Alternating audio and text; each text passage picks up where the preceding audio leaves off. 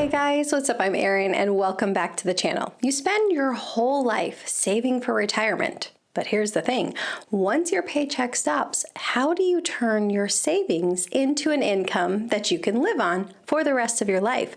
The truth is, most people don't even think about this until they're on the doorstep of retirement. And that's a problem because the choices you make about your income streams can determine whether you live with confidence or constant financial stress. In fact, research shows that extending your retirement horizon just 5 years, from 30 years to 35 years, increases the risk of running out of money by 41%.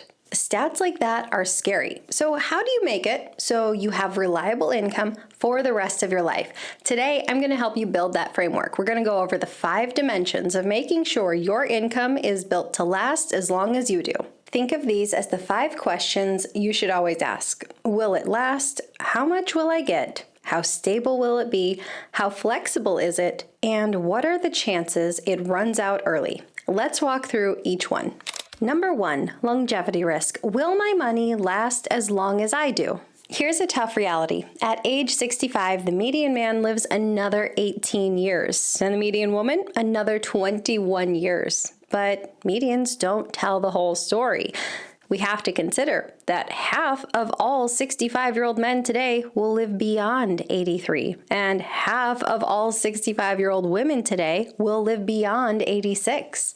And that kind of stat deserves a moment of pause because anytime I see anyone talk about retirement, myself included, I hear dozens of comments saying the typical person only lives into their 70s, so retirement doesn't go that long. But that kind of thinking can be dangerous. You don't want to plan financially for a 15-year retirement and then end up with a 30-year retirement. If that ends up being your reality, you're going to be forced into making some really tough cuts that you can't really afford to make. And here's another wrinkle. Research on average shows that individuals tend to underestimate their own personal life expectancy by 5 years or more. It's no wonder that the fear of running out of money before I die is consistently ranked as the #1 fear among retirees. So how do you hedge against this? Some products, like annuities, guarantee income for life. They act as longevity insurance, but they often come with trade-offs, like much less flexibility and quite often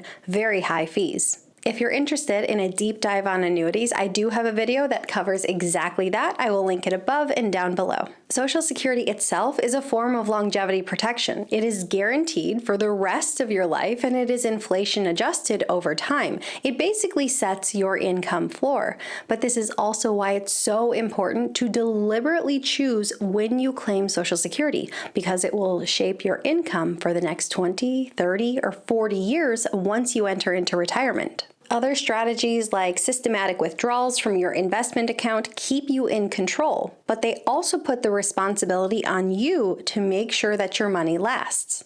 And this isn't something you just want to wing. You want to have a solid strategy so you know your money will last. Maybe that's picking a rock-solid, safe rate of withdrawal that you stay consistent with. Maybe it's flexing your withdrawal strategy based on market performance. Maybe it's starting with a higher spending rate and tapering your spending over time. Either way, you want to make sure you have a solid strategy. Because when you plan for longevity, you're not just buying yourself financial security, you're also buying yourself peace of mind and confidence that can carry you through the next handful of decades. Number 2, level of payments. How much income do I actually get? This is usually the first question people ask. How big will my retirement paycheck be?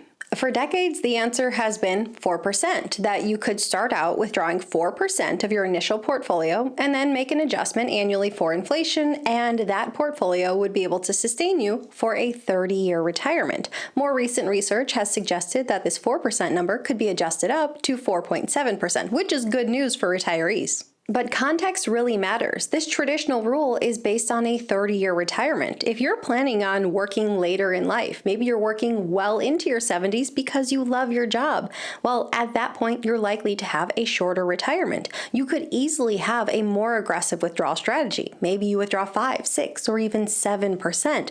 Doing so over a shorter time horizon can absolutely be a safe strategy. But on the flip side, if you're planning a longer retirement, you need to be more conservative because you need that portfolio to last longer. Morningstar says that if you're planning a 40-year retirement, you should aim for a targeted withdrawal of 3.3%. There's a big difference in these numbers. Personally, I'm a really big fan of a guardrail strategy where you pick a baseline amount, maybe a withdrawal of 4% or 5%, but then you adjust up or down based on market performance. And if the market performs very poorly, I love having a cash bucket that you could turn to, and rather than making any draws on your portfolio, give it the time it needs to recover and take your draw from your cash bucket instead. Done right, this type of approach can sustain a higher withdrawal strategy over time while keeping a portfolio intact and there for the long term, while also giving you flexibility and knowing your income is there when you need it. And maximizing the use of your money really is the goal. You've worked your entire life setting this money aside for your retirement. You want to make sure it gives you the life you want. Here's what that might look like in practice. Say you have a $500,000 nest egg and you're withdrawing conservatively 3.3%. That's going to give you an income of about $16,500 a year.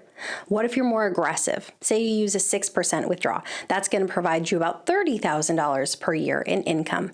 Once you layer in Social Security, the average benefit today is about $2,000 per month or $24,000 a year.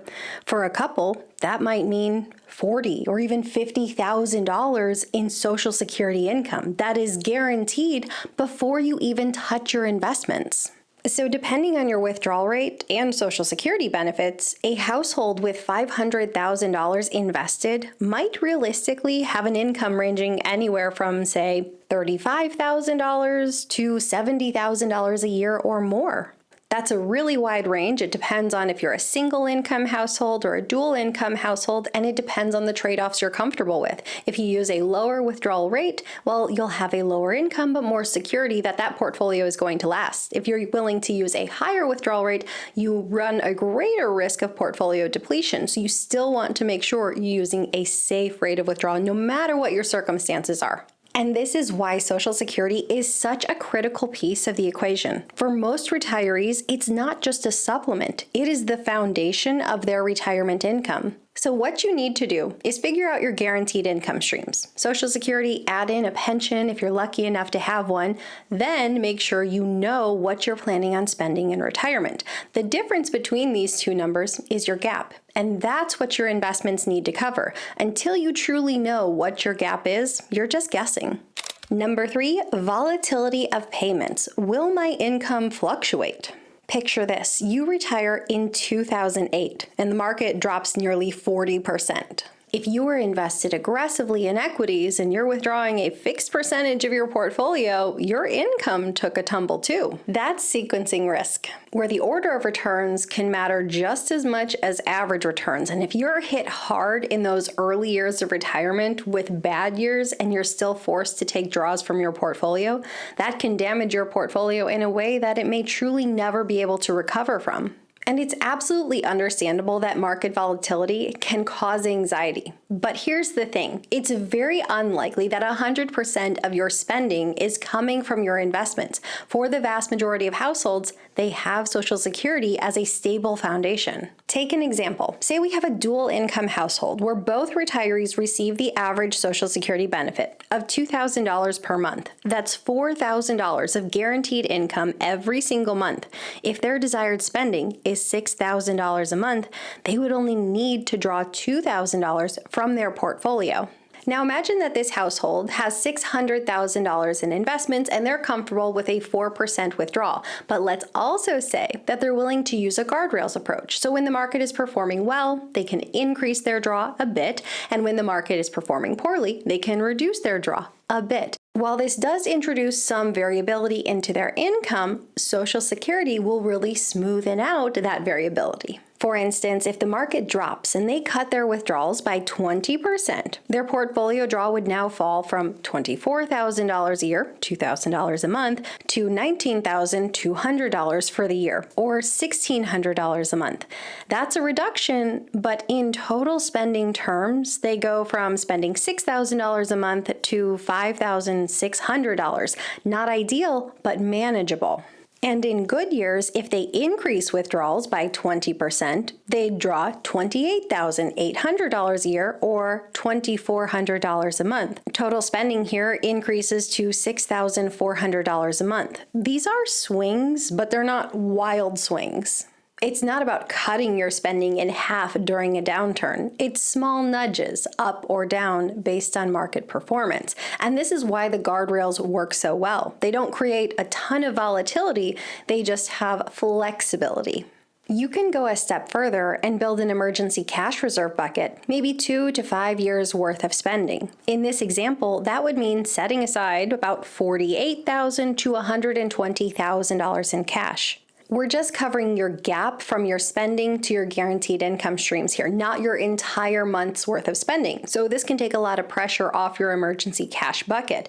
And if the market goes down dramatically, instead of drawing on your portfolio at all, you can turn to your cash reserves and give the market the time it needs to recover. The bottom line is you get to decide the level of volatility you're comfortable with. Some people want a rock-solid paycheck that does not adjust from month to month. In that case, it's more important to have this emergency reserve bucket that you could turn to. Other people are more comfortable with a little bit of volatility. And if that's okay, well then maybe use a guardrail approach, or maybe you use a combination of the two. Ultimately, you have to choose a path that works for you. There is no one right answer. Number 4, liquidity of balance. Can I access my money if I need it? Retirement isn't predictable. Healthcare costs, helping adult children, replacing a roof, buying a new car, surprises happen.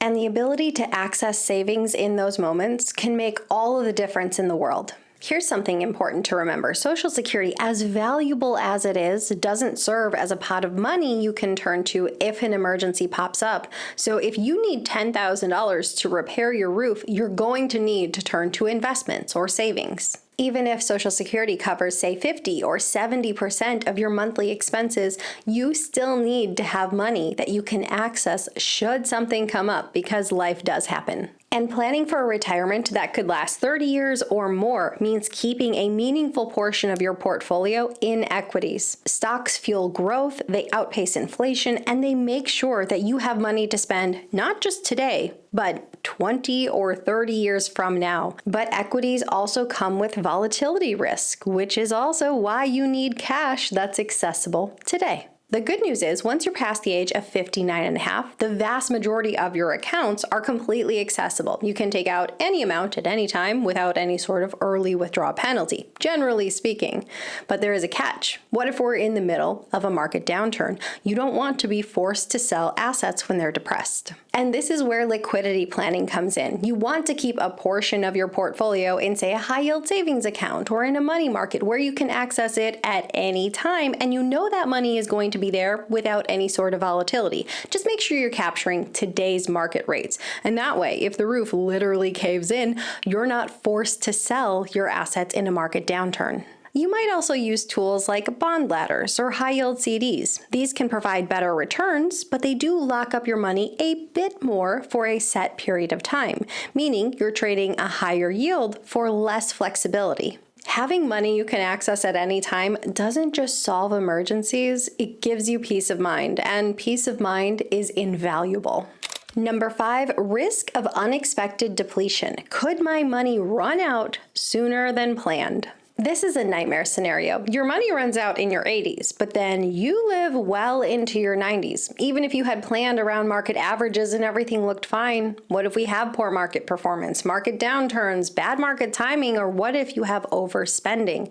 This can force you to deplete your portfolio earlier than you ever imagined. The good news is that you can't outlive Social Security. It's essentially longevity insurance, inflation adjusted and guaranteed for life. But if Social Security doesn't cover all of your expenses and you run out of savings and investments, you could be forced to make some cuts that are deeply uncomfortable. And without savings to fall back on, you're in a very vulnerable position. And that turns your retirement into a paycheck-to-paycheck existence, and that's not the retirement anybody should really be aiming for. This is why claiming Social Security strategically is so important. By timing your claim well, you lock in the highest possible income floor for the rest of your life. On top of that, you need a safe, sustainable withdrawal strategy from your portfolio. And historically, the 4% rule has been very sustainable over market history. Using U.S. market history, Michael Kitces found that the median retiree using a 4% real withdrawal ended up with about 3 times their starting portfolio after 30 years. More than 2/3 of the time, retirees more than doubled their wealth. And there was about a 96% probability of ending with more than the starting principal in nominal terms. That is why it's called this safe withdrawal rate. Not only does it help your money last, but more often than not, you end up with more money than you started with. And if you want even more flexibility and to maximize the use of your dollars, maybe you consider a guardrails approach as we talked about earlier. So how do you actually put this into practice? Think of the 5 dimensions as a lens, a simple checklist. Anytime you're weighing a retirement income strategy, whether it's a systematic withdrawal strategy, whether it's annuities, bond ladder, whatever strategy it is, run it through these questions. Will it last as long as I do? How much income does it provide? How stable is that income? Can I access the money if I need it? What's the risk of running out too soon? Here's a practical way to use it. Grab a sheet of paper and your spouse tonight and sit down. Write down the different income sources you're considering down the long side of the sheet and across the top, the 5 different questions. Then rate each strategy, not in terms of good or bad, but in terms of fit for you. Which one gives you confidence? Which one leaves you uneasy? This exercise alone might highlight where you need more guaranteed income or where you need more flexibility. No income source is going to check every single box. The real art is deciding which dimensions matter most for your life. Maybe stability is your top priority. Maybe it's flexibility. Maybe it's leaving a legacy. Whatever your goals are, writing them down, making it clear, takes it from a guess to a plan. Retirement isn't just about reaching a number. It's about how to turn those savings into an income that supports the lifestyle that you want.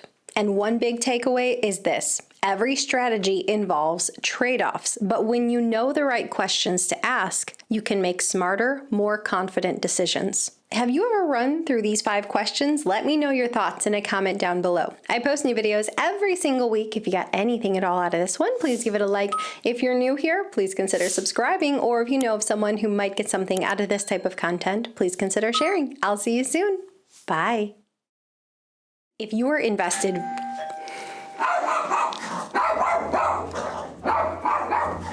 I do not need a doorbell. I don't understand it. It makes no sense. I've never lived in a house with a doorbell. I've got a dog. We're good.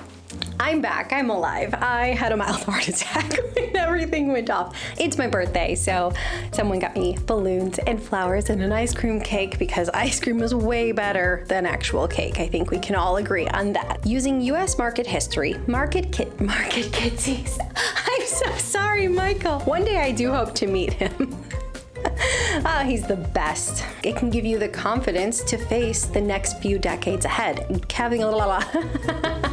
so sorry. And at the end of the day, having money that, I won't say at the end of the day. I know I say that a lot, but I just feel like I'll cut it out of this one. I'm sure I said it somewhere else in this video. Here's a tough reality. At age 65, the median man lives another 80 years.